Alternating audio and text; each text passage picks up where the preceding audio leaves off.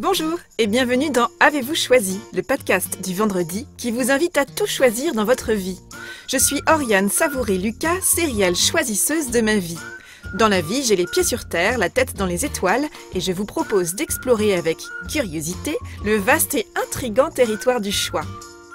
Je suis coach et j'accompagne les personnes engagées, mais essoufflées par un quotidien survolté, à tout choisir pour se créer une vie sur mesure, à la fois épanouissante et impactante. Ce podcast, c'est l'occasion pour moi de partager réflexions, questionnements, lectures, ressources qui m'inspirent pour choisir ma vie. Régulièrement, je vous propose de faire la connaissance d'une personne que je trouve inspirante dans son rapport au choix et je partage avec vous une conversation que j'ai eue avec cette belle personne et son précieux supplément d'âme. Une manière de poursuivre votre exploration du territoire du choix à travers la découverte d'un parcours singulier. Aujourd'hui, je vous propose de faire la connaissance de Hugues Lebray. Hugues Lebray fait partie des nombreuses personnes inspirantes que j'ai rencontrées à Paris en janvier dernier lors de l'événement Think Bigger dont j'ai déjà eu l'occasion de parler à plusieurs reprises. Hugues Lebray est entrepreneur, auteur, cofondateur et président du comité de surveillance du compte Nickel. Au cours de son intervention, il nous a partagé une partie de son parcours dans lequel le choix tient une place importante. Cela m'a donné envie d'en apprendre davantage sur cet homme, son parcours et son rapport au choix. Ce que j'ai retenu de ces quelques minutes d'intervention sur scène et qui m'a donné envie de converser avec lui, c'est combien Hugues Lebray aime choisir de se mettre en situation de liberté et apprécie ces moments de vie qui ouvrent le champ des possibles et qui sont propices aux rencontres. Hugues Lebray fait partie de ces personnes dont on dit qu'elles réussissent dans la vie, qu'elles font carrière. Un parcours jalonné de succès dans les hautes sphères de la société économique française. D'abord analyste financier, puis journaliste financier, Hugues Lebray travaille ensuite dans l'univers de la communication. Après avoir été directeur Média Finance chez Publicis, après avoir travaillé chez Havas et Euro-RSCG, Hugues Lebray crée l'agence de communication ABW.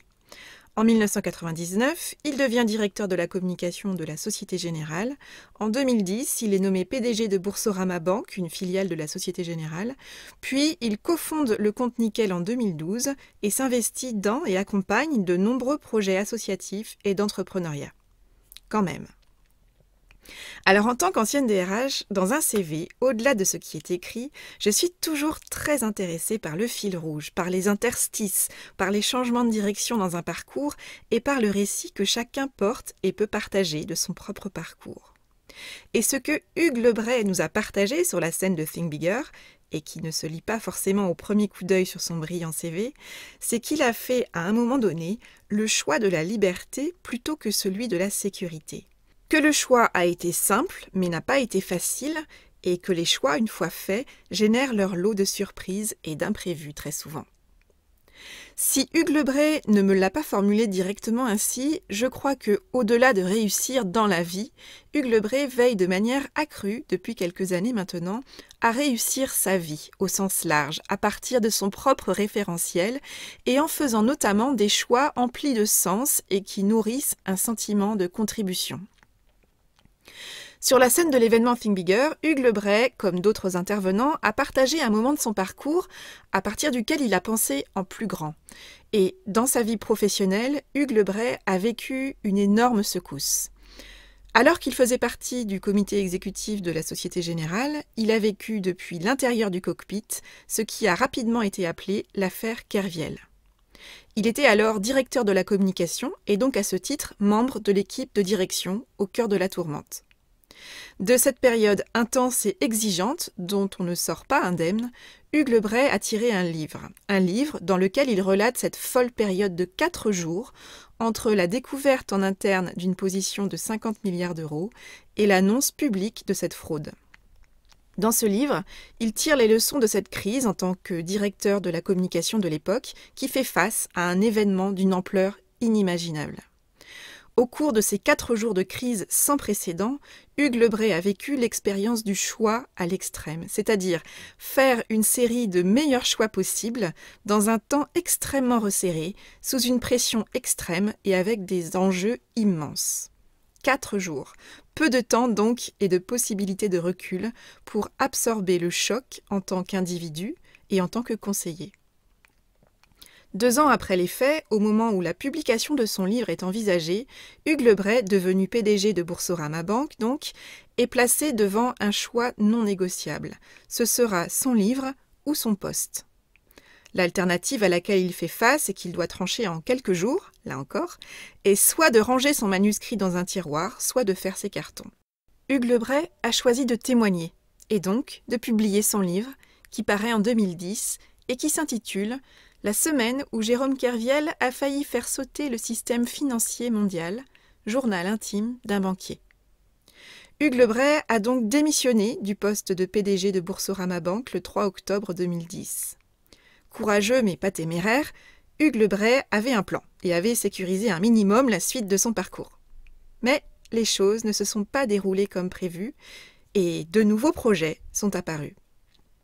Après la publication de son livre et à partir de l'aventure de la création du compte Nickel, Hugues Lebray a choisi d'avancer dans ses projets avec l'envie d'intégrer et de conjuguer une solution efficiente à une problématique sociétale et son envie de contribuer. Et tout cela sans jamais mettre dos à dos business et sens.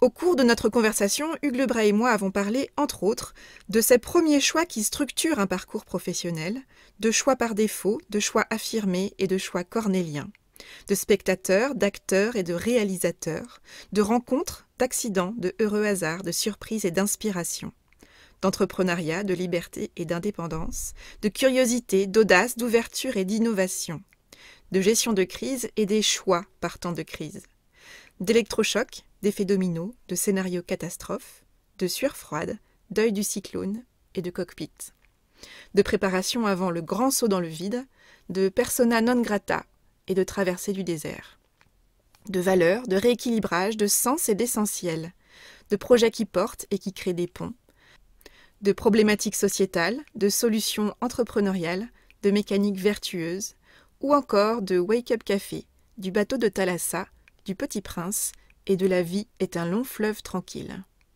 Je vous souhaite une bonne écoute. Hugues Lebray, bonjour. Bonjour. Merci d'avoir accepté mon invitation Merci de venir, Brian. dans Avez-vous choisi. Je vous ai découvert donc lors de l'événement Think Bigger à Paris, il y a quelques semaines. Vous avez partagé votre parcours et les quelques minutes de votre présence... Devant toutes les femmes de Bouge ta boîte. Hein, n'est-ce pas, devant toutes les femmes de Bouge ta boîte. Sur les quelques minutes de votre présentation, j'ai été très touchée par votre parcours et justement sur l'importance du choix dans le parcours que vous avez eu jusqu'à présent. Comment ce parcours s'est construit en termes de choix, justement? Est-ce qu'il y a eu des moments clés pour vous? Au début, il n'y a pas de choix, en fait. C'est-à-dire qu'au début, j'allais dire, on prend les jobs que l'on trouve. Effectivement, j'avais commencé par un stage dans une société de bourse, et je trouvais ça intéressant. J'avais fait des études d'économie, mais mon objectif, c'était d'être réalisateur de cinéma. Ah oui. Et donc, ça n'avait rien à voir.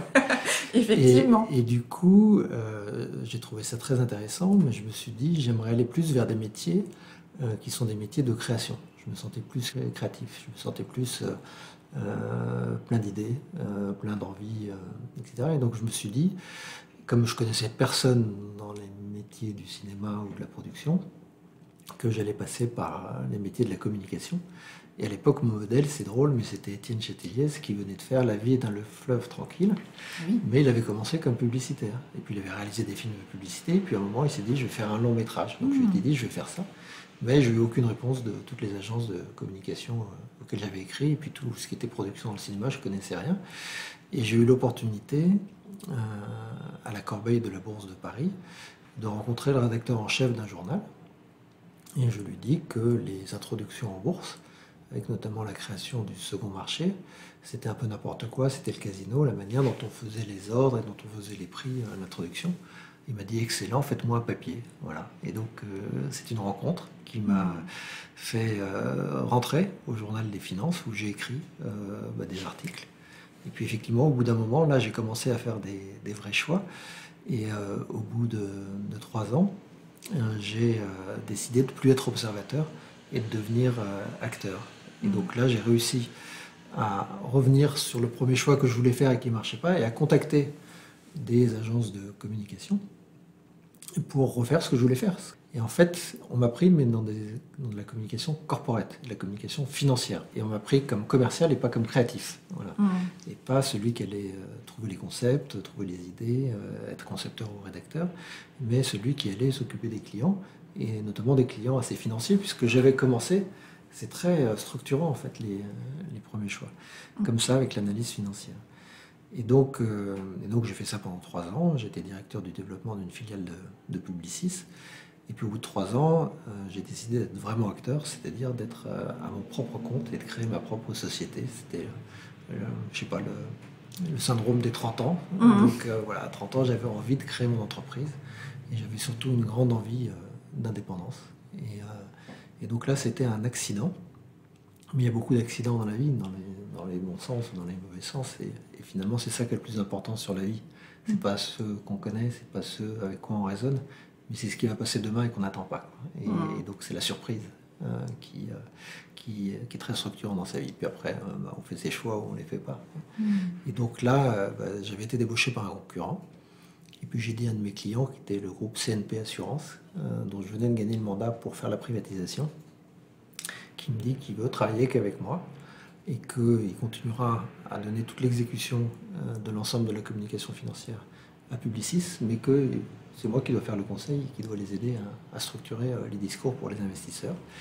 Et là, je décide de créer ma société puisque j'ai un premier client, quoi.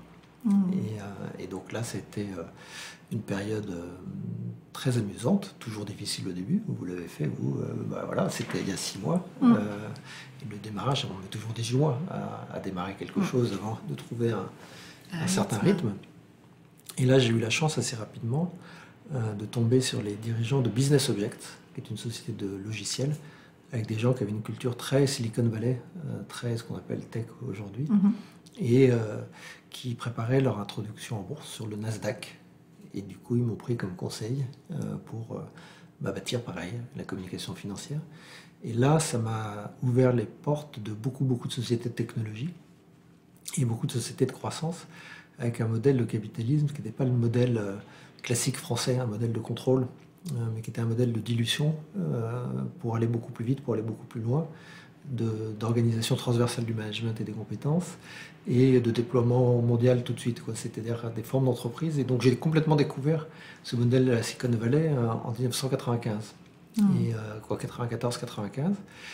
Et avec cette petite équipe-là, Business Object et quelques autres personnes, on a créé Croissance Plus. Donc j'étais dans les 10 fondateurs de l'association Croissance Plus en 1996 pour prêcher sur ce modèle et puis regarder comment on pouvait créer plus d'emplois plus vite, plus d'entreprises, en les finançant par le capital et en ayant des dilutions de capital, ce qui m'a valu beaucoup de débats, notamment avec l'ancien patron du MEDEF, qui était Yvon Gattaz, c'est pas encore Pierre, son fils, qui disait surtout pas perdre le contrôle. Et moi je disais le contrôle c'est la compétence et c'est pas le contrôle du capital. Et les deux écoles s'affrontaient complètement. Aujourd'hui j'ai fait un peu la synthèse. Il y a autant de modèles qu'il y a d'entreprises et qu'il y a de personnes en fait. Il y a pas... Mais c'était mon dada de l'époque. Et puis voilà. Et puis ma société a été rachetée par celui qui voulait me débaucher 3 ans après et qui m'invitait à déjeuner tous les 6 mois et qui m'a proposé de devenir le patron de ses activités. Là, c'était le groupe Havas. Donc j'ai vendu la société, je suis devenu le patron des activités de communication financière du groupe Havas. Puis là, j'ai eu beaucoup de chance, beaucoup de rencontres. Et donc j'ai pu faire des gros dossiers comme les 2 tranches de privatisation de France Télécom, comme la fusion AXA UAP. Et ce que j'ai pas dit, c'est que dans la petite société que j'avais créée, un de mes premiers clients, c'était aussi le groupe Société Générale. Et quand en 1999, la BNP a lancé une OPA sur la Société Générale et sur Paribas, là j'avais 35 ans, le président de la Société Générale et celui de Paribas m'ont demandé de piloter la cellule de crise pour la partie communication pour essayer de bloquer cette OPA-là. On a réussi à bloquer l'OPA sur la Société Générale, pas celle sur Paribas. Et à l'issue de ça, le président de la Société Générale m'a demandé de rentrer au comité exécutif de la banque et de m'occuper de la communication, de l'innovation et puis du comité de pilotage des activités Internet du groupe. Et j'ai dit non. J'ai dit non parce que j'avais toujours fait du dériveur Et là, alors vous étiez dans la marine, vous m'avez dit tout à l'heure, Oui. mais on me disait tu vas aller sur le porte-avions. Et je ne me sentais pas compétent. Là, ça devait être mon côté féminin en me disant est-ce que je suis assez fort pour ça? Les fameux plafonds de verre intérieurs. Le fameux plafond de verre intérieur. Et voilà, et il m'a convaincu. Et ce qui m'a convaincu, c'est un peu de faire le tour du monde sur la Jeanne. C'est-à-dire qu'il m'a dit vous allez faire un tour de banque pendant 6 mois pour comprendre les métiers. Une grande entreprise comme ça, c'est 52 business units et c'est présent dans le monde entier avec à l'époque 160 000 collaborateurs. Et donc là, j'ai passé 6 mois passionnants à rencontrer des gens qui avaient un talent fou, qui sont tous les anonymes, qu'on ne connaît pas, qu'on ne voit pas dans les médias. On voit toujours dans les médias les patrons des grands groupes, mais le nombre de collaborateurs, de gens précis, efficaces, rigoureux ou imaginatifs qu'il y a. Et là, j'ai eu la chance pendant 6 mois, 4 jours par semaine, d'interviewer 7-8 personnes de la banque en Asie, en Afrique, en Amérique, en agence à Nantes ou à Lille, et de faire un tour de banque complet pour comprendre les métiers de la banque. Donc là, c'était un travail accéléré d'études. Et donc voilà, c'est comme ça que je suis devenu directeur de la communication de la Société Générale. Et dans ma tête, je m'étais dit, je fais ça 3-4 ans, je fais mon tour du monde sur la Jeanne, je deviens un peu plus intelligent pour voir comment ça marche à travers la salle de contrôle de ces gros machins, et avec une vision un peu plus mondiale. Et en fait, ça a duré beaucoup plus longtemps parce que entre 2000 et 2006, c'était une période de croissance tous azimuts, extrêmement forte. Tout a été multiplié par 3. Le revenu, l'effectif, etc. Et avec l'émergence de classes moyennes dans le monde entier, l'acquisition de banques de détail dans tous les pays de l'Est et tout le bassin méditerranéen, le développement des financements spécialisés, le développement de la gestion d'actifs. Et donc c'était des années un peu d'euphorie.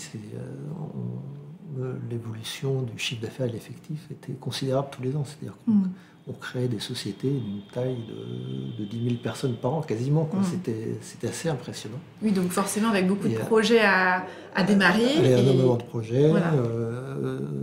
une modélisation. Donc, dans mes équipes, il y avait 500 personnes qui étaient réparties dans le monde entier. Et donc c'était assez passionnant.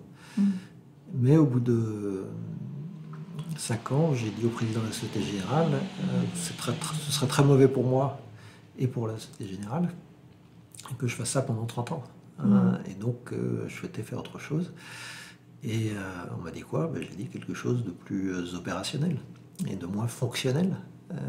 Et j'ai dit, et s'il n'y a pas de poste à l'intérieur de la banque, je partirai, je recréerai une entreprise, et d'ailleurs je demanderai d'être mon premier client.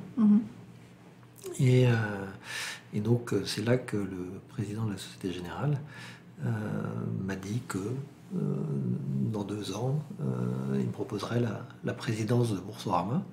Sauf que il y a eu d'abord la crise de liquidité d'août 2007, avec le début de sanctions et puis le début du subprime, avec quelque chose de très dynamique. C'est-à-dire qu'on ne se dit pas, tiens, on savait, on avait ça, mais on voit que la situation se dégrade considérablement. Et c'est en novembre 2007 qu'on a commencé à comprendre l'ampleur des dégâts du marché résidentiel bas de gamme américain, avec des niveaux de prix de maison pour des tas de raisons qu'on ne va pas développer ici, mais qui baissaient de 50% par rapport au millésime des années précédentes, ce qui n'était jamais vu dans toute l'histoire. C'est-à-dire qu'il n'y avait pas de précédent. Plus la titrisation, la répartition de risques, ça a amené cette crise financière colossale de 2008. Mais on a commencé à parler de tension sur la liquidité en août 2007. En novembre 2007, il y a eu les grandes études des grandes banques américaines qui commençaient à montrer l'ampleur des dégâts, qui étaient nettement inférieurs à ce qui s'est passé réellement, mais qui étaient considérables par rapport à ce qu'on avait en tête au mois de septembre. Et puis nous, aujourd'hui, on a eu la crise Kerviel, qui a été quelque chose d'extrêmement difficile à vivre d'abord. Et à gérer.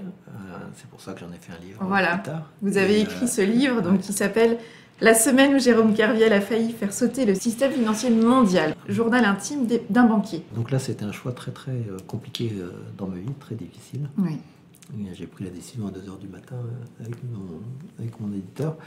Donc, après la crise Kerviel qu'on gère, Je deviens président de Boursorama, mais encore un an après, parce qu'entre-temps, Daniel Bouton était parti, il y avait la crise. Donc quand le nouveau président de la Société Générale est venu, il m'a dit « Je sais que tu dois prendre Boursorama, mais je te demande de rester un an de plus pour me mettre le pied à l'étrier sur ces sujets que je ne connais absolument pas. » Et donc ce que j'ai fait, c'est qu'ensuite que j'ai pris Boursorama. Et en fait, cette crise qui arrivait, elle était extrêmement compliquée. C'est pour ça que j'en ai fait un livre avec un besoin fort de témoigner. Et pourquoi ce choix justement de témoigner? Alors, bon, d'abord, ce qu'on a vécu était d'une densité extrême. C'est-à-dire que ce qu'on avait entre les mains, c'était une position directionnelle de 50 milliards d'euros dans des marchés qui dévissaient de 8% par jour avec la crise du subprime. Donc c'était le paroxysme de la crise du subprime. Et c'était létal pour la banque. C'est-à-dire que la probabilité que la banque fasse faillite et tombe était la plus forte. Et c'était même le scénario qui s'était passé, c'était le scénario à 5%. Mais le scénario à 90%, c'est qu'on tombait. Et la Société Générale, c'est 2 fois Lehman Brothers en taille. Lehman Brothers, c'est 600 milliards de dollars de total de bilan, 640 milliards à l'époque, en 2008. Et la Générale, c'est 1100 milliards d'euros. Donc si la Générale tombe, c'est l'effet domino. Voilà, ça fait tomber tout le monde et il y a une crise de liquidité.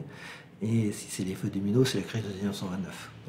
Donc en tête, on se dit, voilà, on a cette bombe, on va tomber et on va tout faire tomber. Voilà. Et on reste 5 jours pour gérer le sujet avant l'annonce. Donc là, je décris tout ça dans le livre. Et vous aviez d'ailleurs choisi un autre titre. Vous aviez choisi Au bord du gouffre comme titre au départ. Oui, tout à fait.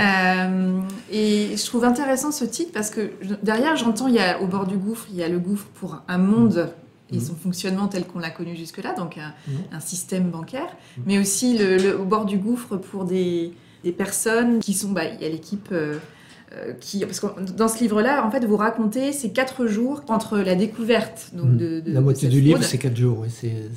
C'est vraiment le processus de gestion de cette crise. Voilà, jusqu'à l'annonce officielle de l'événement. Le pitch du livre, c'est vous découvrez que vous avez une bombe et vous allez tomber. Et qu'est-ce que vous faites? Voilà.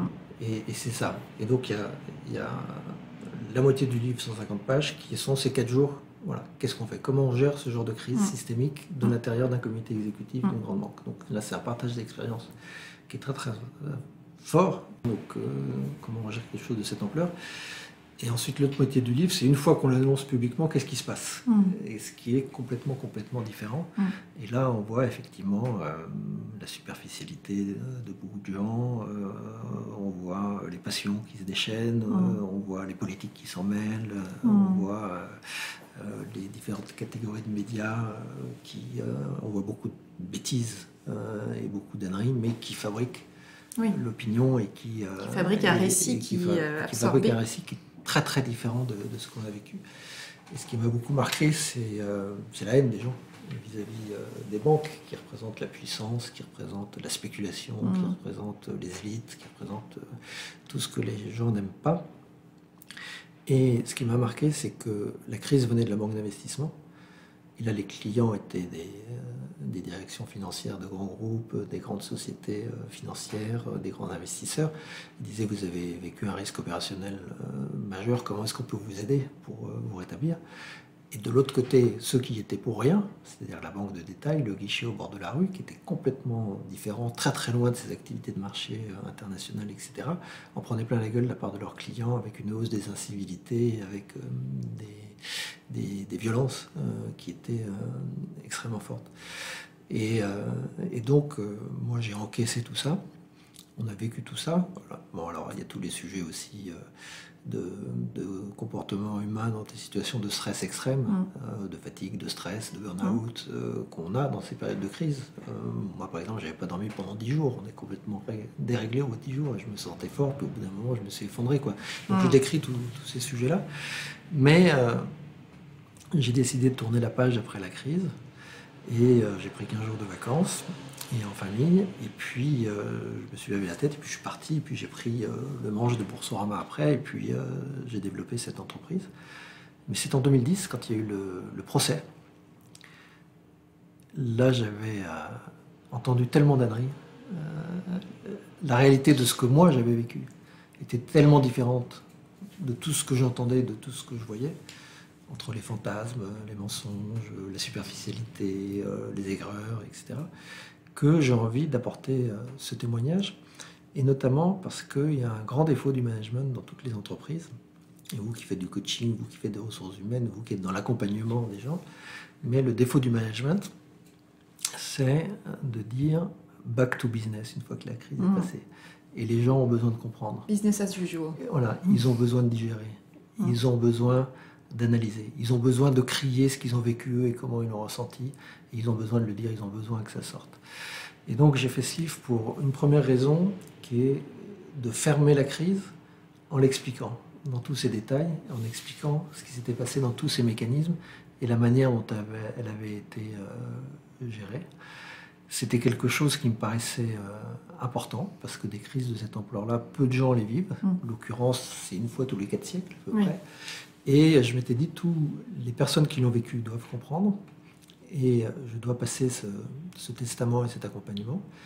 Les gens qui ne l'ont pas vécu et qui sont à l'extérieur doivent savoir comment ça marche, si cela arrive, et comprendre la manière dont nous on l'a géré et comment on aurait pu mieux la gérer, puisque je dis ce qui est bien, je dis ce qui n'est pas bien, et puis voilà, et notamment la partie humaine et la partie santé, la partie des médias, la partie des politiques, la partie de la justice, la partie le temps financier n'est pas le même que le temps juridique, n'est pas le même que le temps médiatique, n'est pas le même que le temps du quotidien de chacun.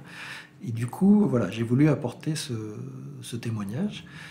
Et là, j'ai passé ce manuscrit à l'ancien président de la Société Générale, qui avait sauté avec toutes ces affaires-là, et dont je suis resté proche, et qui m'avait dit, quand lui était au fond du trou, il a fait un burn-out, il était en clinique à Sainte-Anne, il était en dépression pendant de nombreuses années, comme beaucoup de gens qui vivent des crises majeures. Hein. J'ai vu beaucoup de psys qui m'ont raconté, j'ai fait beaucoup de conférences où j'ai rencontré beaucoup de gens. Les gens qui vivent ces crises-là, souvent s'effondrent et sont remplacés. Ça s'est passé dans plein de grands groupes. Et il m'avait dit, quand il était au fond du trou, vous devriez raconter ce qu'on a vécu, avec un sentiment d'injustice, de ne pas avoir été compris, et notamment sur sa gestion.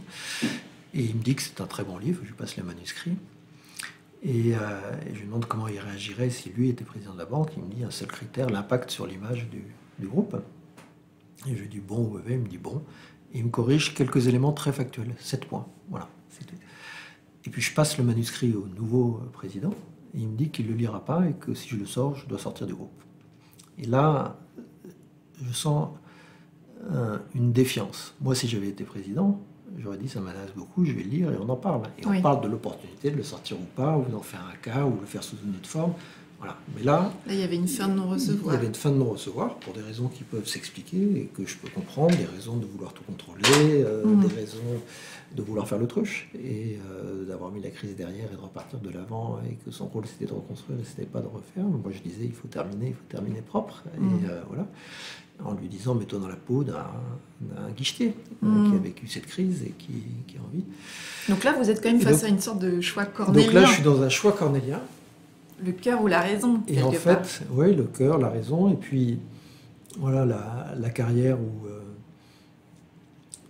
la vérité, c'est ma vérité, donc la vérité, je ne sais pas si ça existe, mais l'envie d'apporter ce témoignage. Et en fait, en me mettant le pistolet sur la tempe, puisqu'il me dit, tu as jusqu'à mardi pour te décider, et sinon tu sors du groupe. Donc c'est soit vous publiez, soit vous démissionnez. Voilà. Et là, je me dis, de toute façon, je n'ai pas le choix. C'est-à-dire qu'à partir du moment où moi, on me met pistolet sur la tempe, je me dis, bah tire. C'est-à-dire que la confiance est rompue. Donc je ne peux pas rester avec quelqu'un qui n'a pas confiance en moi, et en qui moi, j'ai plus confiance, puisqu'il n'y a pas cette complicité, il n'y a pas eu cet échange, il n'y a pas eu ce dialogue. Moi, je lui passe le manuscrit. Je peux arrêter la publication n'importe quand. D'ailleurs, l'éditeur me dit, c'est ton job, c'est ta carrière, c'est ta famille, donc tu publies pas. Moi je m'en fiche, c'est un livre de plus, tu vois, ça m'a rien coûté, ça m'a coûté la mise en page, si tu veux, la relecture c'est mon temps, et donc moi c'est un livre de plus, et toi c'est ta vie, voilà, donc tu le sors pas. Et je décide de le sortir quand même, parce que, je supporte pas l'idée que cette histoire se termine avec le procès, j'attends la fin du procès pour pas donner le sentiment d'avoir un impact, ou de vouloir influencer la justice. Et supporte pas l'idée que cette histoire se termine sans que j'ai apporté cette contribution, sachant que j'étais dans les 5 personnes qui ont tout vécu de l'intérieur, de A à Dans le Z, cockpit, littéralement. depuis le début. Et donc, à l'époque, j'étais mandataire social sans contrat de travail de Boursorama, donc sans aucun parachute. Mon solde de tout compte a été de, je crois, 500 €, quelque chose comme ça. Et donc, voilà, je préviens le nouveau président de la Société Générale que je vais publier le livre et donc que je vais démissionner. Il me demande d'attendre 15 jours le temps qu'il trouve un successeur. Quand il a trouvé un successeur, je convoque un conseil d'administration, je démissionne en conseil d'administration et je quitte le conseil d'administration comme ça. Alors, je ne l'ai pas fait de manière complètement cinglée, c'est-à-dire que j'avais déjà créé une société. Quand j'avais 30 ans, j'avais créé Croissance Plus, et du coup, avant de décider de démissionner, je fais 3 choses. Un, je le fais relire par des juristes pour être sûr de ne pas avoir de sujet. Et en fait, le seul vrai gros sujet, c'est la diffamation et l'affaire. Donc là, il n'y avait pas de sujet. Je traite personne de nom d'oiseau et je n'ai aucune infamie dedans. Deuxième sujet, je veux m'assurer que ce sera quand même un livre qui est intéressant, malgré ce que me dit mon éditeur, qui lui le trouve très intéressant, et qu'il y aura un certain retentissement, quitte à faire ça autant que ce soit lu, parce qu'il n'y a rien de pire que de faire ça et puis de faire 200 exemplaires. Que ça fasse pchit. Et du coup, là, avec mon éditeur, on fait signer des lettres de confidentialité au journal Le Monde, au Grand Journal, à l'Express. Et on leur dit, on va vous passer un manuscrit. Est-ce que vous êtes d'accord pour le lire et nous dire si vous le prenez? Une pleine page dans Le Monde, avec un appel de une, 3 pages dans l'Express, passer au Grand Journal le soir même de la sortie du livre, si on le sort.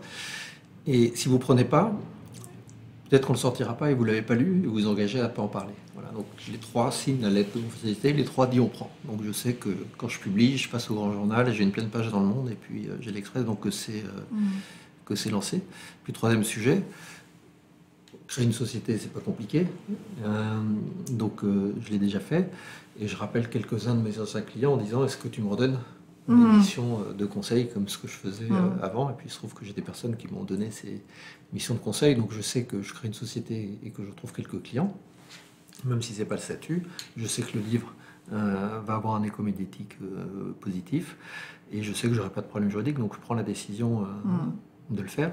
Donc c'est un choix qui a été à la fois très clair rapidement, il n'y avait pas de sujet sur le choix que vous faisiez, et en même temps, ça a été très construit, c'est-à-dire qu'il n'était pas question de sauter comme ça, sans un minimum de garantie et de perspective. Voilà, vous avez sauté en parachute, moi aussi, et donc on fait un peu de préparation avant, quoi. C'est ça. Et on ne saute pas sans le parachute. Exactement. Et alors moi, j'avais pas de parachute au sens financier du terme, au sens backup, mais par contre... Un minimum de sécurité. J'ai prévu. Et en fait, là, il s'est passé ce que j'attendais pas. C'est-à-dire que le livre a eu un succès immense. J'ai fait toutes les grandes émissions télévisées, etc. Et donc, il est parti en flèche. Il a été réimprimé un nombre de fois considérable. Il a été traduit dans plein de pays. Mais sur le plan de la réception, alors il a été lu par 50 000 personnes, essentiellement dans les milieux économiques, financiers, juridiques, etc. Très, très peu de succès en province et en grand public, mais une concentration. Mais ça m'a mis dans une position qui est très, très incroyable. On voit la supercellité. Il y a des gens qui disaient « je ne le lirai pas » parce que c'était un ancien membre de comité exécutif, ou alors un membre de comité exécutif, qui fait quelque chose contre la volonté de sa hiérarchie. Donc, il balance, il brise l'omerta, et un petit côté Julien Assange, quoi.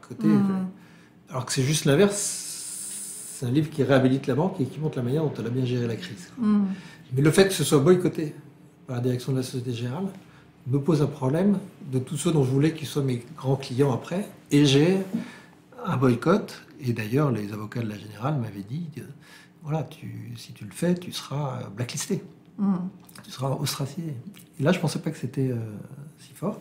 Et de l'autre côté, tous ceux qui n'étaient pas du monde institutionnel, qui étaient plutôt du côté du trader fou, disaient c'est le politburo, c'est l'ancien directeur de la communication de la Société Générale, donc c'est pas recevable comme livre, c'est pas honnête et c'est pas objectif.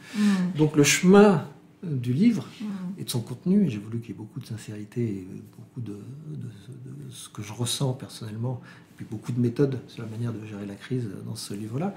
Mais même s'il a eu un grand succès, il m'a créé des ennemis partout. Voilà. Et en fait, ça isole énormément d'écrire. Il y a ceux qui se demandent pourquoi il écrit un livre, il a un problème à arriver, il y en a qui disent c'est sa catharsis, il y en a qui disent personne. Et en fait, c'est très très conséquent et très structurant d'écrire quelque chose et de le faire de manière aussi visible.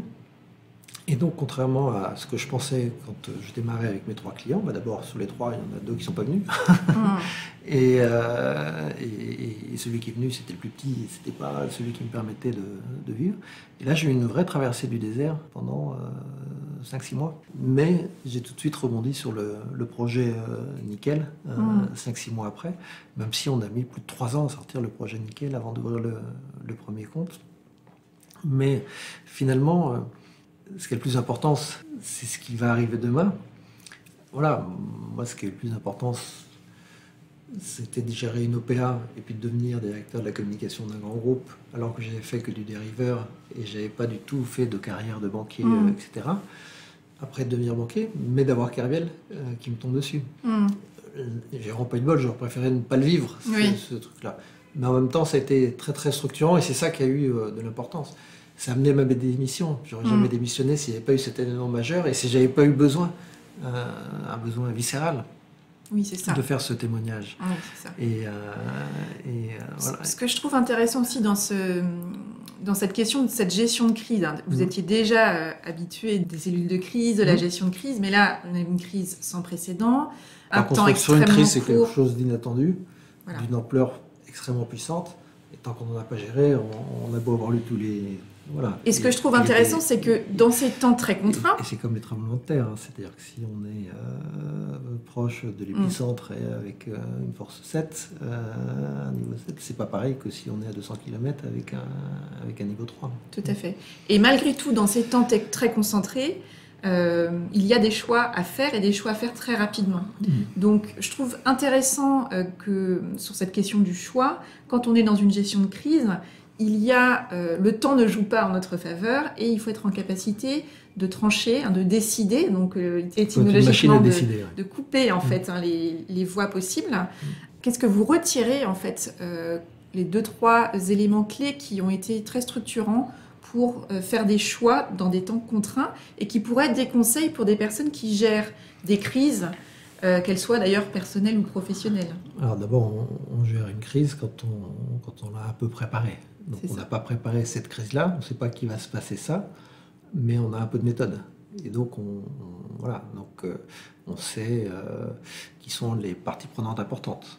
On sait qui sont dans les rouages de l'État les 10 personnes qui comptent. On sait qui sont dans les médias les 10 personnes qui comptent. On sait qui sont dans les investisseurs. On sait qui sont dans les grands clients. On sait qui sont dans les collaborateurs ou dans les relais avec les collaborateurs ou dans les syndicats, etc. Donc on a une cartographie assez complète des parties prenantes de l'entreprise.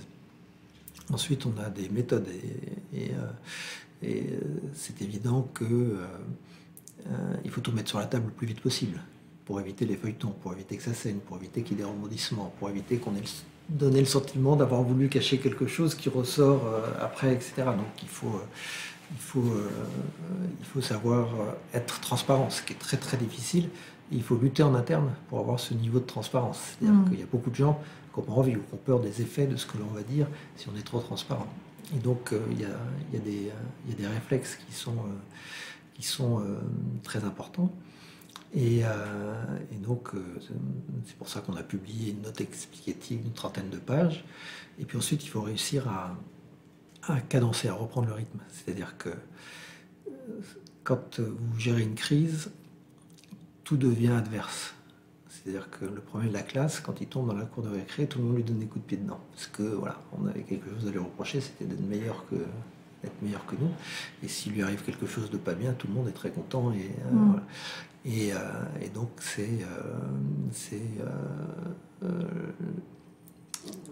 tous ceux qui ont un problème à régler avec l'institution, vous passez de premier de la classe à dernier dévoréen, le bouc émissaire de tout.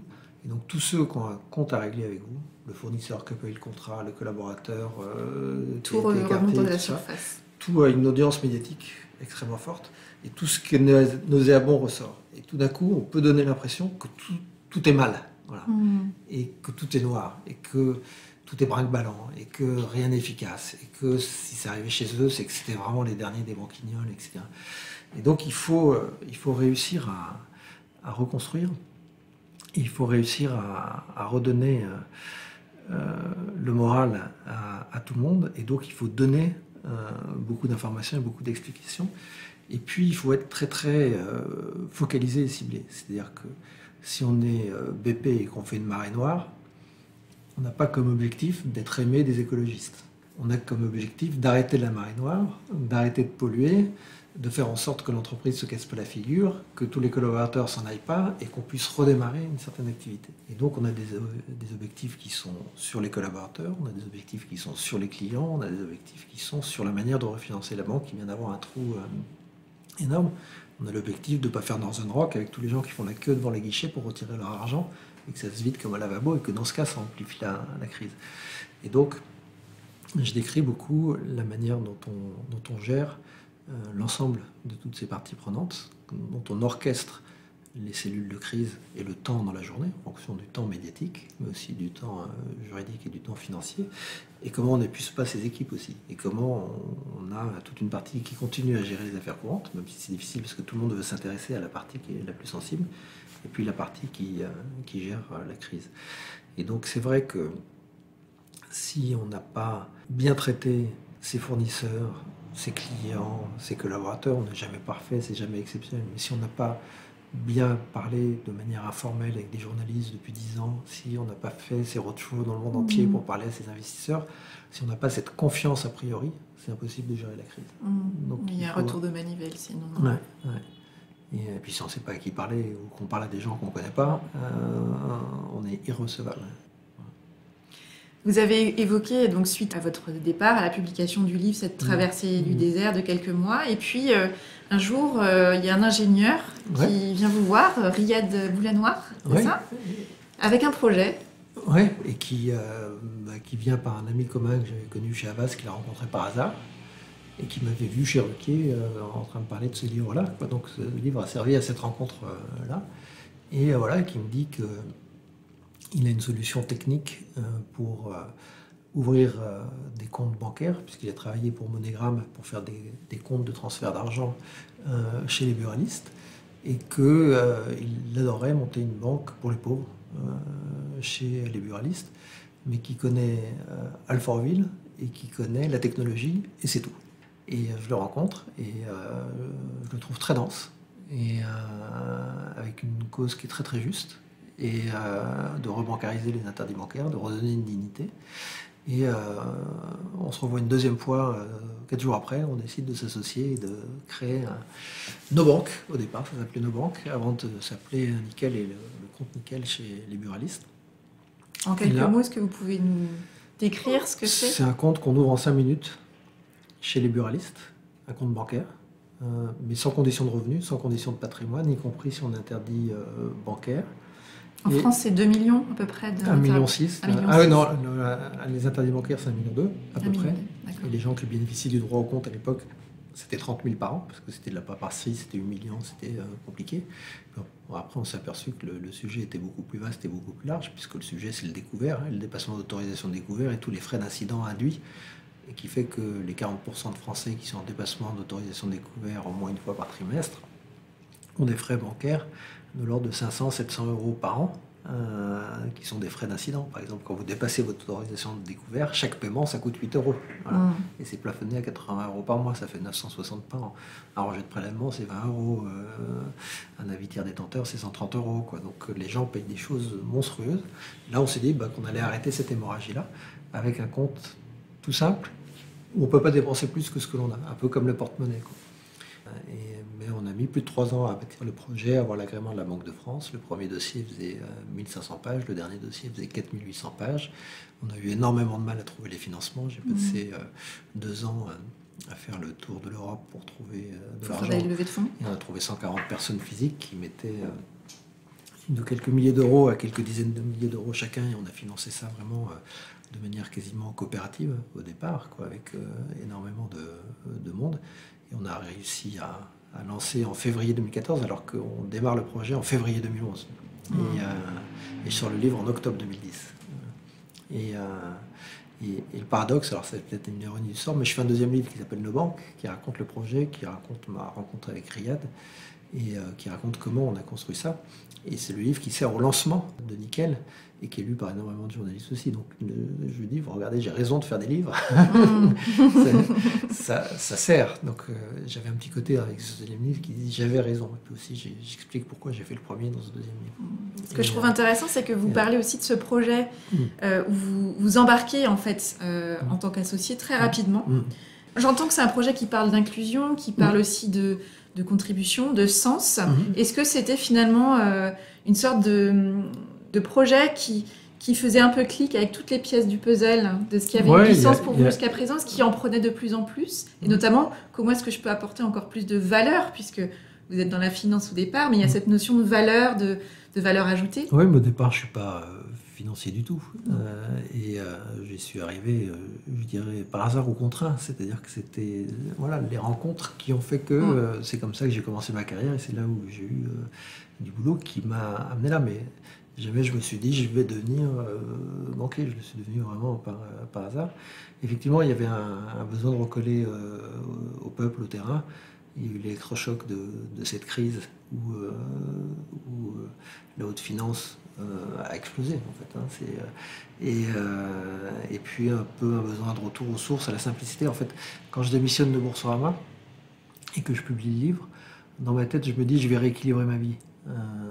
Je vais travailler moins, je vais faire du conseil, je ne vais plus avoir ces enjeux, je ne vais plus faire le tour du monde en permanence, etc. Et donc j'avais ce besoin de simplicité, de reconnexion avec le goût de la vie, avec les choses simples, avec les vrais gens. Voilà.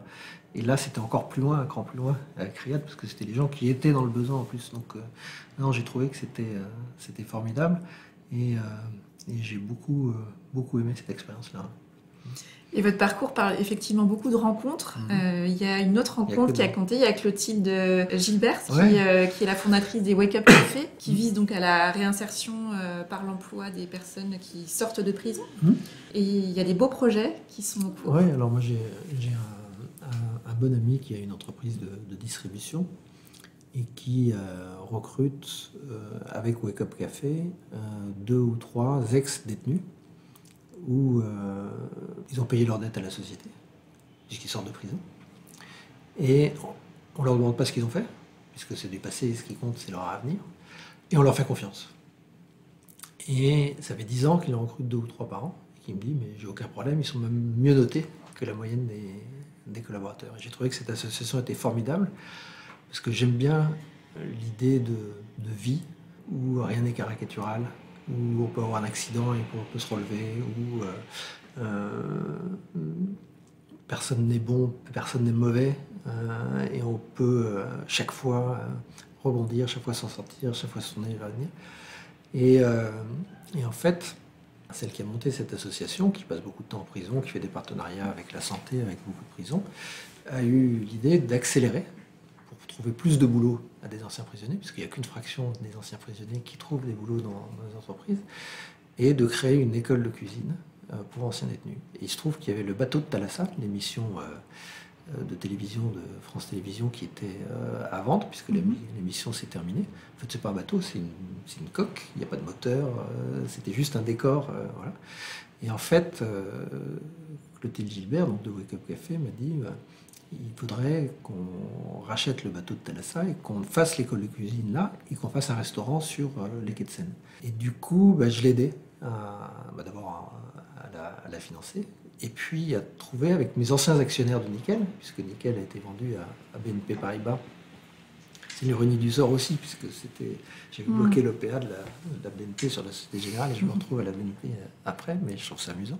C'est la vie, on croise tout le temps les gens.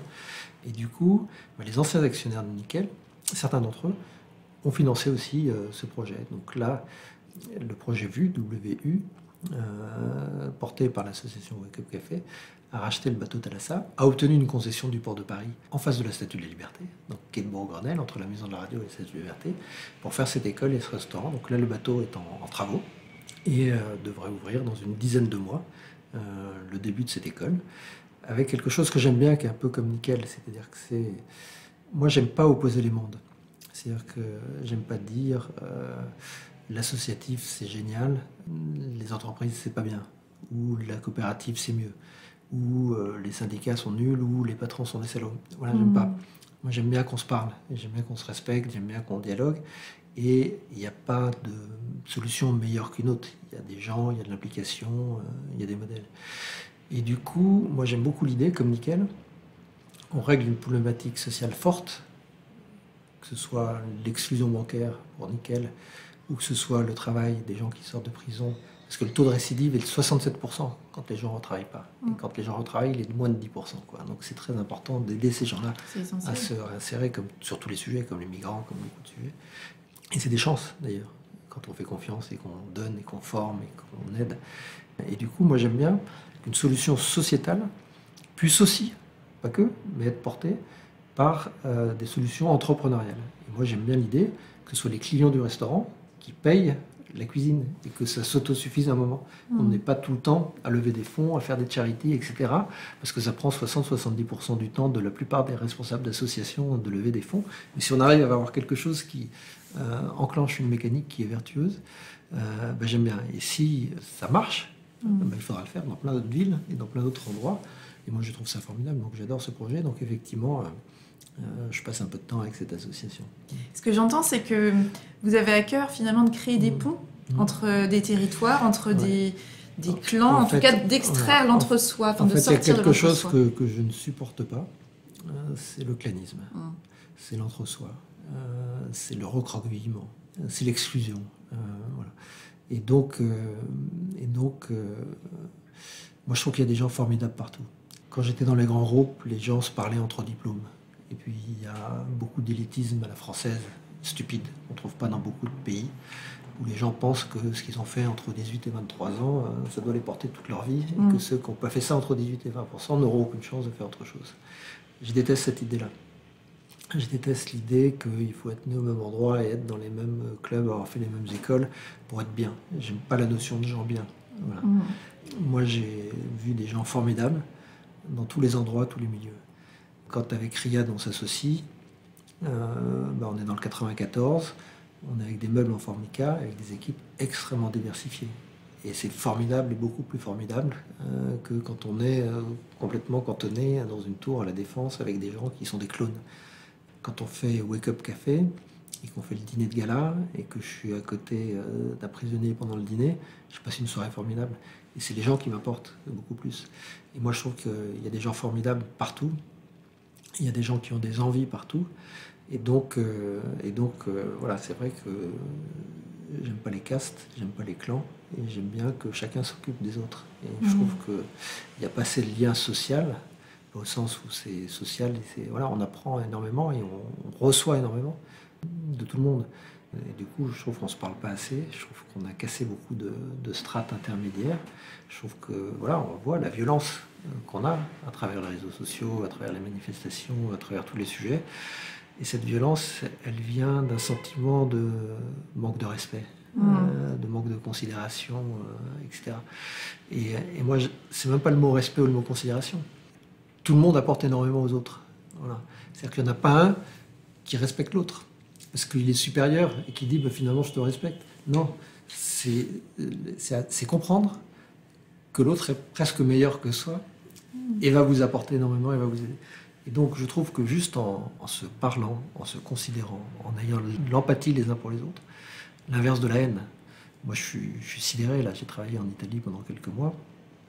Alors c'est l'Italie, c'est compliqué, mais quand on voit les débats politiques, même si c'est des gens qui sont durs dans leur position, il y a un certain respect. En France, quand on voit les hommes politiques dans un débat, ils ne parlent pas, ils aboient. Ils se haïssent, ou alors ils montrent de la haine. Et en plus, ils font semblant, parce qu'après, ils se serrent la main après l'émission. C'est-à-dire, en plus, ça sonne complètement faux, etc. J'aime pas du tout cette idée d'opposition systématique. J'aime pas du tout cette idée de ce clanisme.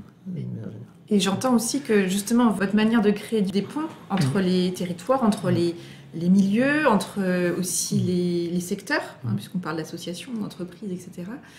Ça passe aussi par votre capacité à communiquer sur les codes, parce qu'on voit bien aussi l'importance pour intégrer, créer de la perméabilité entre des secteurs, entre des groupes, de maîtriser les codes. Et c'est souvent ce qui manque. Notamment, on parle de réinsertion, on parle de diversité. Souvent, c'est ça qui pêche, c'est la non-maîtrise. C'est une phrase de Riyad dans mon livre No Bank, c'est-à-dire qu'à un moment, on sort de rendez-vous avec les investisseurs et il me dit « j'ai pas les codes ». C'est-à-dire quand on rentre dans des bureaux du 8e arrondissement avec des gens qui ont beaucoup d'argent et qui peuvent éventuellement investir dans votre entreprise, on ne rentre pas direct cash en disant « tu me donnes combien ?» C'est-à-dire qu'on s'apprivoise comme dans Le Petit Prince. Voilà, on commence par parler de l'urbanisme à Paris en regardant par la fenêtre, des tableaux et puis voilà. Et petit à petit on rentre dans une conversation, dans une confiance, etc. pour arriver à de l'efficacité. Mais c'est vrai qu'il faut des codes. En fait, on dit qu'il faut des codes, mais je trouve qu'on n'en aurait pas besoin parce que chacun est comme il est. Moi, j'ai adoré que Riyad soit cash comme il était et qu'il n'y ait pas de code entre nous. Et il n'avait pas les codes non plus pour parler avec moi. Et moi, je n'avais pas les codes pour parler avec lui non plus. C'est ça.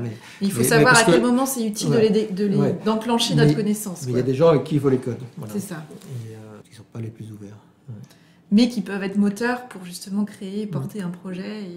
Et ce que je trouve intéressant aussi dans votre parcours, c'est dans cette capacité de, oui, je connais les codes, mais aussi le projet Nickel, par exemple, c'est aussi, oui, on connaît les codes et on va aussi travailler avec ces codes-là, on va jouer avec ces codes-là pour pouvoir créer un produit qui soit novateur, qui parte d'un existant, mais qui parte aussi d'un manque, d'un vide. Bien sûr, d'un besoin. Et d'un besoin.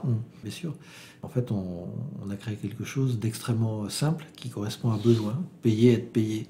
Voilà, on a besoin d'un stylo pour écrire. On prend un bic. On a besoin d'une baguette de pain pour manger. Voilà, on a besoin d'un compte pour payer, être payé. Et donc, on est très rustique dans la manière dont on l'a fait.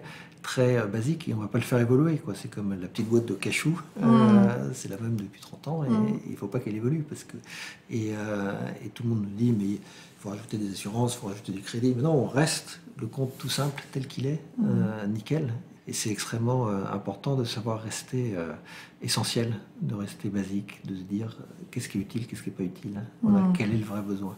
Et si on a quelque chose qui marche, on n'a pas besoin de le changer en permanence, quoi. On peut le pérenniser. On n'est pas des fashion victimes. Et on est sur le sens et on est sur l'essentiel. Et en même temps, vous étiez donc dans cette construction de projet, deux, puis après, je crois que vous êtes allé à 4 associés. Non. Alors en fait, on était 4 dès le départ. Dès le départ, 4, ok. Et en fait, on était 10, mais il y en avait 6 qui ne travaillaient pas dans les entreprises, mais qui nous aidaient dans la distribution. Et il se trouve qu'on s'en est servi partiellement dans les dom-toms, des 6 autres, et qu'en France, on a fait l'accord avec le syndicat professionnel des buralistes. Là aussi, il y a eu une entente. Là aussi, c'est une rencontre. Là aussi, c'est un hasard. Quand on allait voir les buralistes un par un à Marseille, à Lyon, à Lille, à Nantes, on avait un succès mitigé. D'abord, ils travaillaient 13 heures par jour, donc on pouvait les voir que le soir. Et on les voyait avec une société qui faisait leur système de caisse et qui nous les présentait. On avait peu de succès. Mais à partir du moment où je suis allé voir le président du syndicat, de la Confédération des buralistes de France, et qu'on a eu le fil d'entrepreneur avec le patron du syndicat, et qu'on leur a proposé de rentrer dans le capital aussi, les buralistes sont encore dans le capital de Nickel, il y a une alchimie qui s'est passée, qui fait que, au lieu d'aller voir les buralistes un par un, on intervenait au congrès annuel avec les 600 élus nationaux, et puis on a fait tous les dimanches après-midi, toutes les assemblées générales des 95 zones, qui correspondent en gros au département, à avoir 200 buralistes les dimanches après-midi entre 17h et 3h du matin dans ces assemblées générales, et avec beaucoup de simplicité et beaucoup d'affection liée. Et donc, oui, les rencontres sont très importantes, mais on n'est pas seul, et on est souvent seul quand on crée une entreprise. Et moi, quand je regarde les entreprises, je suis très sollicité, j'en accompagne une douzaine aujourd'hui, mais si c'est quelqu'un de seul, ça ne marche pas, ou c'est très très difficile. Il faut avoir des profils très complémentaires. Il faut avoir des gens qui sont compétents sur la gestion de projet, d'autres qui connaissent bien la finance, d'autres le marketing, d'autres la technologie, etc. Et nous, une des forces de Nickel, c'est qu'on était 4 très différents, très complémentaires, mais dans le même bureau, on partageait tout, quoi. Et donc avec des niveaux de décision extrêmement rapides. Et justement, quand on est quatre, on traverse les hauts et les bas de manière plus facile, puisqu'il y en a toujours un qui n'a pas la pêche ou qui est dans une situation plus compliquée sur sa partie, mais les autres sont là pour prendre le relais. Et puis après, on a été 140, et puis après, il y avait les 25 000 buralistes avec nous, quoi. Donc, et vous évoquez ces profils différents d'associés. Il y a quand même des besoins de décisions fréquents, rapides, notamment en phase de construction. Est-ce que vous aviez défini un processus de décision ? Oui, on avait un processus de décision qui était assez simple, parce qu'on avait chacun notre rôle et chacun notre partie. Et puis donc, c'est simple. Ce qui est plus compliqué, c'est quand on est plus gros, quand on a plus de 50 personnes, qui commence à avoir des bugs, il y a besoin de retrouver des financements. On a fait 7 tours de table, on a dû lever 39 millions. C'était très, très, très difficile. On a eu énormément de mal à lever les 3 premiers millions au début. C'était très compliqué, donc avec beaucoup de monde. Donc, les gros problèmes viennent quand l'entreprise devient plus grosse. Et là, on doit changer les gouvernances, on doit changer les niveaux de décision, on doit changer les décisions sur les montants investis, on doit changer les processus. De temps en temps, on doit changer complètement l'informatique. Et du coup, c'est beaucoup plus complexe. On a une croissance qui était telle qu'on a dû tout changer plusieurs fois. Et ça, c'est dur à faire. C'est beaucoup plus dur à faire que... tout est dur, mais ça se fait... Ça se fait naturellement si on reste lucide, si on reste transparent et si on reste humble, qu'on met les choses à plat et qu'on dit les choses, même s'il y a des décisions difficiles à prendre. Et pour terminer, pour vous, quels sont les ingrédients qui constituent un choix juste pour vous ? Alors, moi je crois que tout est relatif et il y a de la chance, il y a des bons timings, il y a des choix qu'on pense être justes et qui s'avèrent ne pas être... fécond et donc j'ai pas de réponse à ça. Ce que je peux dire, c'est que pour moi, chaque fois ça s'est imposé. C'est-à-dire que j'ai une sorte de petit moteur sensible à l'intérieur de moi où ça commence à bouillir, etc. Et à un moment ça doit sortir. Et donc j'ai démissionné 3 fois dans ma vie et chaque fois j'ai laissé mûrir en moi quelque chose qui, à un moment, a eu besoin de jaillir. Et c'est un peu le même cas dans toutes les décisions importantes. C'est-à-dire que, voilà, on sent que ça va pas forcément bien, ou qu'il y a telle opportunité. Et en fait, il faut laisser les choses, il faut dire les choses, il faut laisser les choses germer, et puis il faut les sortir. En fait, il faut pas avoir peur. En fait, ça sert à rien la peur, ça change rien. En fait, pour moi, le principal risque, c'est de ne pas en prendre. Et finalement, le principal risque, c'est de rester dans son confort ou son cocon, quoi. À mon avis, c'est ça qui est le plus dangereux. Donc, mais en fait, il ne faut pas hésiter à dire les choses. En fait, moi, j'ai mis longtemps à apprendre à ne pas avoir l'air bête quand je dis des choses. Voilà. C'est-à-dire à dire ce que j'ai envie de dire. C'est-à-dire que très souvent, dans des réunions, dans des moments, on a une intuition, on a envie de dire quelque chose, mais on la retient en se disant « Ah, comment ça va être perçu ?» ou ça peut être... Alors, moi, j'ai mis longtemps à dire ce que je ressentais, quel que ce soit, et à me fiche complètement de la manière dont les gens vont penser que c'est intelligent ou pas intelligent, quoi. De la manière dont ça va être reçu. Voilà, la manière dont ça va être reçu. Jamais avec agressivité, mais toujours dire. Et en fait, il faut apprendre à comprendre ce qu'on ressent et à le dire. Voilà. Et à le dire vite. Voilà. C'est-à-dire que...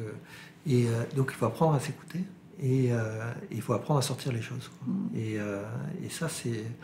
Et très souvent, on a peur de l'autre. On a peur d'être perçu comme ci, comme ça. On a peur de dire quelque chose qui n'est pas pertinent. C'est pas grave. Voilà, c'est juste. Et les décisions, finalement, elles découlent naturellement. Mais il faut savoir s'écouter. Il ne faut pas masquer ce qu'on ressent et le reporter à plus tard. Voilà. Et donc, il faut faire germer les choses, quoi. Merci beaucoup, Hugues Lebray. Un grand merci à Hugues Lebray pour son accueil, pour son temps et pour l'intérêt qu'il a immédiatement manifesté pour mon podcast, mon parcours et mon projet. Alors si un jour vous rencontrez Hugues Lebray, vous avez bien compris que vous ne serez pas face à une caricature de l'homme d'affaires hors sol et déconnecté des réalités. Vous aurez face à vous un homme qui crée des ponts, qui est soucieux de fluidifier les projets, les échanges et la mise en lien. Hugues Lebray trace sa voie avec sens et authenticité, fort de sa maîtrise des codes du monde des décideurs et fort des apprentissages qu'il a faits au fil de l'eau. Hugues Lebray, épris de liberté, d'intégrité, d'inclusion, d'ouverture et de curiosité, sait ouvrir la voie et accompagner des projets puissants et porteurs de sens, de valeurs et de solutions qui nécessitent d'avoir quelques clés et de maîtriser quelques codes pour décoller. Je souhaite à Hugues Lebray de continuer à créer des liens et des ponts et de continuer à raconter des histoires. Quant à moi, il me tarde d'aller déjeuner ou dîner un jour prochain au restaurant de l'ancien bateau de Thalassa transformé en école de cuisine face à la Statue de la Liberté à Paris. Tout un symbole. Et vous, que vous a inspiré cette conversation ? Je vous invite à identifier l'idée, la phrase ou le mot peut-être que vous choisissez d'en retenir. Avec quoi de nouveau repartez-vous de cette conversation ? Quel est le petit pas que vous pouvez planifier dans les prochains jours pour mettre en œuvre dans votre quotidien ce qui vous a inspiré ? Voilà, c'est tout pour aujourd'hui. Vous retrouverez cet épisode sur le site oriansavoureluca.com. Si vous aimez ce que je vous propose et que vous voulez faire partie de cette aventure audio, abonnez-vous à la newsletter de Avez-vous choisi afin d'être alerté dès la publication d'un nouvel épisode. Si vous souhaitez soutenir ce projet de façon bienveillante et efficace, je vous invite à faire connaître Avez-vous choisi à celles et ceux qui vous sont chers et que l'idée de tout choisir dans leur vie pourrait réjouir. Vous pouvez partager votre enthousiasme par écrit en déposant un avis sur le site, sur la page Facebook ou la chaîne YouTube Avez-vous choisi, ou encore une constellation sur votre application de podcast préférée. Je vous souhaite une bonne semaine et je vous donne rendez-vous vendredi prochain pour un nouvel épisode. Et d'ici là, et si vous choisissiez tout ?